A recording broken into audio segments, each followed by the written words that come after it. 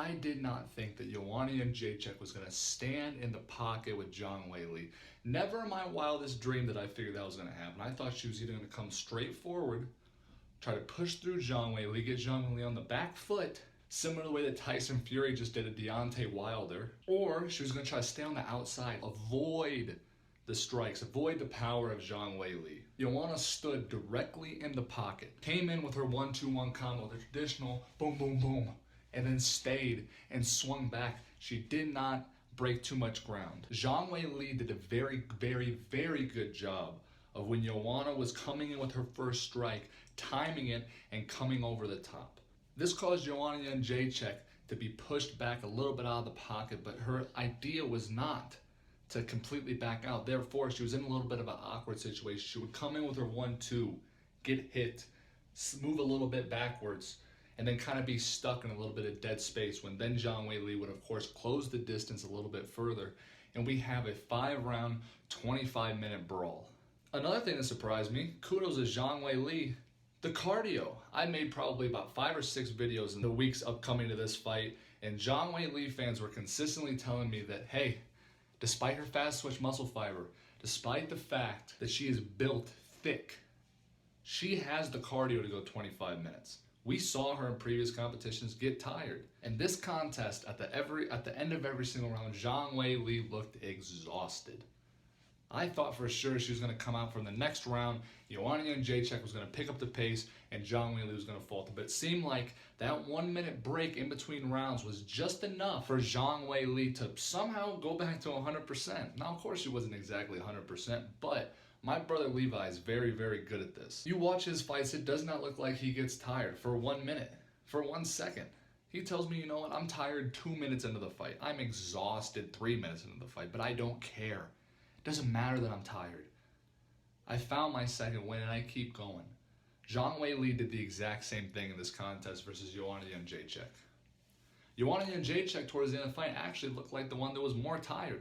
Never in my wildest dream would I have ever imagined that, especially when they had equal outputs. I will say this was a very, very, very close fight. I think Joanna Jedrzejczyk outlanded Zhang Weili 215, 220 to, or maybe a little less than that, 205, 210 to 175.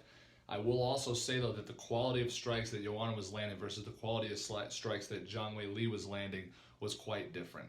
The reason is because they were fighting at Zhang Weili's range. Zhang Weili's bicep, I would have to assume, is connected lower on the arm than Joanna Jedrzejczyk's is. This is what science and what fighters and trainers say makes good hooks. The shorter that your bicep is connected on the bone, the better your hooks are going to be. So Mike Tyson, for example, very short bicep. Me, 6'8", very long bicep. My hooks are not very good. They're not my short hook. I can't just get that same amount of torque that a Zhang Weili is able to get. Same goes for Joanna Jedrzejczyk. Our style, for the most part, does very well with long, straight punches. Not in the pocket throwing hooks. That's not where we excel. And that is definitely not where Joanna Jedrzejczyk excels. Props to Joanna Jedrzejczyk.